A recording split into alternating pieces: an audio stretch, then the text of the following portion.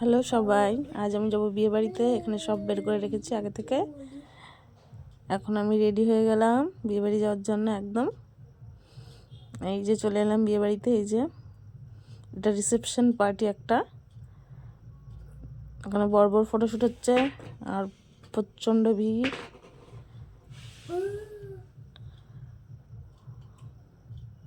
আর আমার বর এখন আমাকে খাওয়ার প্যান্ডেলে টেনে টেনে নিয়ে যাচ্ছে, বলছে আগে খেয়ে নাও তারপরে এখানে ঘুরে বেড়াবে। দেখো খুব সুন্দর প্যান্ডেল করেছিল, দারুণ। এখানে আমরা চলে এসেছি খাবার খেতে। এখন যে অনেক রাত হয়ে গেছে, আমরা রাত করেই বিয়ে বাড়িতে এসেছি, তাই খেতে বসে বললাম। এসেই